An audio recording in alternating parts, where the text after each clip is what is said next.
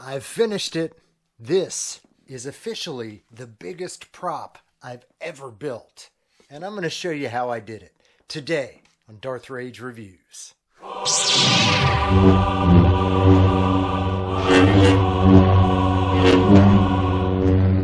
is with you, young Skywalker. But you are not a Jedi yet.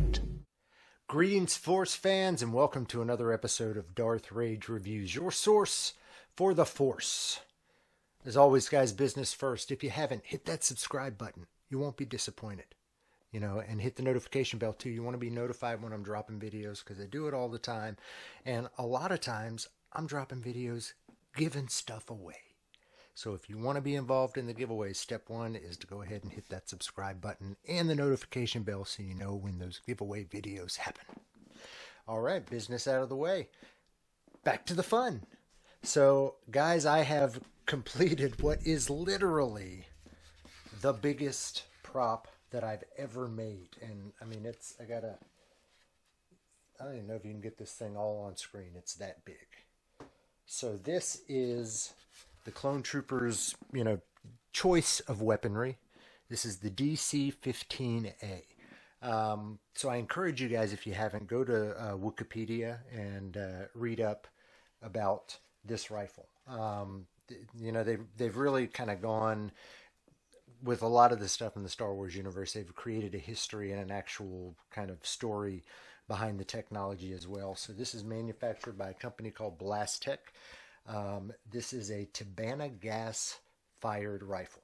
So it has Tabana gas inside of it and energy cartridges, or this is like a power cell, if you will, right here. So the power cell injects the Tabana gas and combines it with like the electrical bolt, fires it through here. These vents right here are actually a cooling system. And yeah, this thing can hot fire I think it's either 500 long range or 300 short range bolts. It's rapid fire or single fire. It's got a lot of different add-ons that you can do to it. So this down here is actually the scope, but the scope is in a downward, unmounted position. You can take it off and mount it on top. Most soldiers just use it like that. You can actually combine the sights with the sights in your Clone Trooper helmet to make it even more accurate. So yeah, this was a powerful weapon. This was a very, very powerful weapon. It's also a very big weapon. So this thing is 55 inches long. That's, like I said, quite literally the largest prop I've ever built.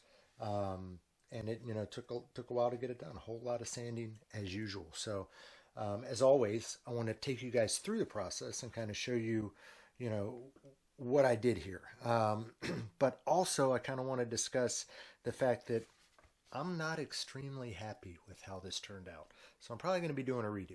But let's take a look at kind of the process, what happened, what went right, and then what went wrong kind of at the very end of it. So let's take a look. This one begins with sanding. Lots of sanding. So you got to sand these raw prints just to make sure the filler primer has something to stick to. So I sanded all of these pieces with 100 grit sanding paper. Got into some of the details with a file as well. Then it's the first step of filler primer. I painted everything with filler primer. And of course I sanded it down afterwards. I'm not going to show you guys all of the sanding.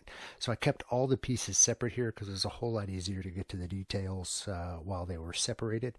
And I did really the first steps of finishing while all these pieces were separated. So it's filler primer on everything. And then again, I sanded this time with a 220 grit. Then it's on to Bondo Glazing Spot Putty. So this stuff really helps get rid of all the layer lines. On some of the rounded pieces, I really had to cover them entirely. Some of the other pieces, it was just spots here and there.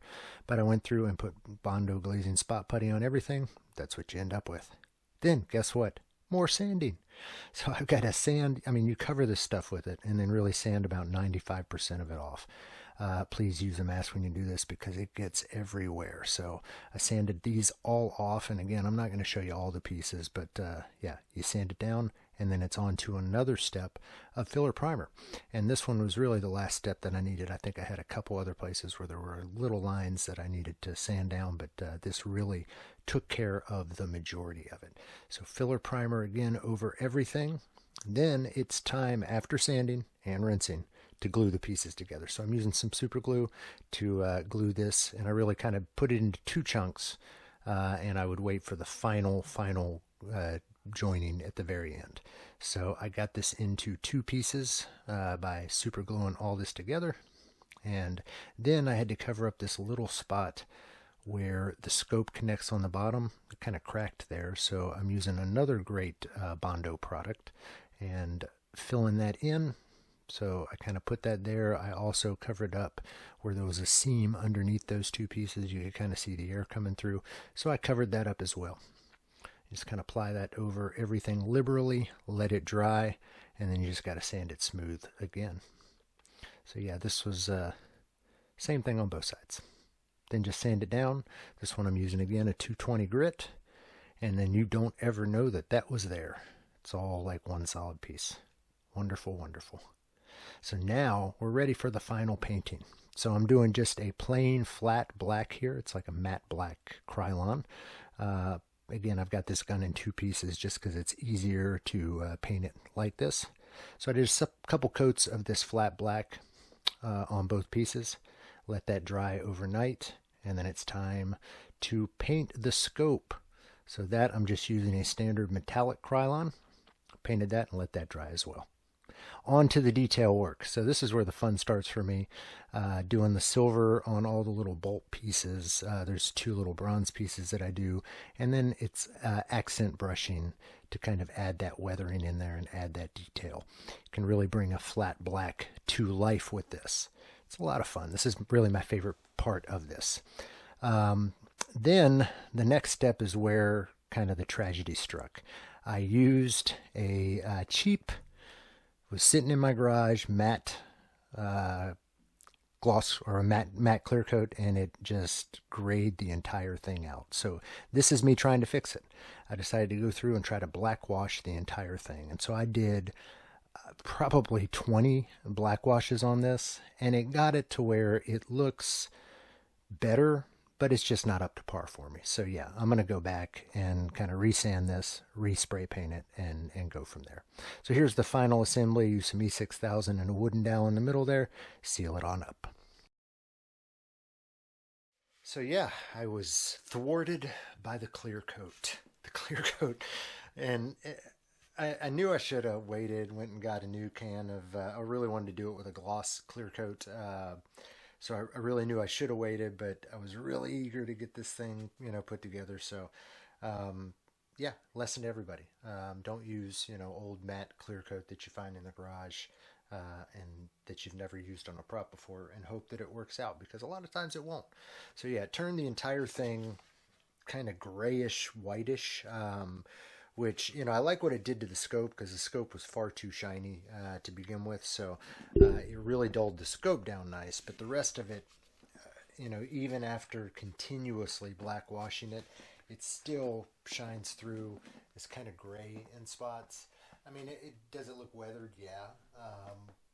But it's not the look that I'm wanting for this. So yeah, I'm going to redo it. And it's not... This isn't a total redo. This is going to be a really easy process. I'll sand it down a little bit. I'll actually keep the scope the way it is, so I'll tape that all up, and I won't paint the scope at all.